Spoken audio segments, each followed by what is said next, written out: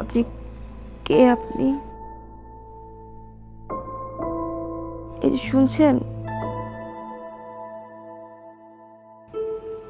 কে আপনি?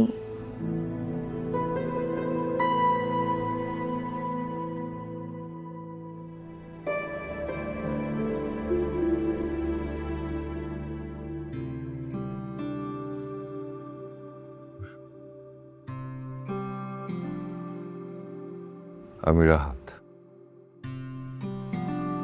রাহাত? রাহাত এখানে কি করছেন? সে তো অনেক কথা, আর এই মুহূর্তে সেগুলো বললে আপনার মাথায় ঢুকবে না। এখনো 24 ঘন্টা সময় লাগবে আপনার স্নায়ু কোষগুলো সচল হতে। আপনি ডাক্তার?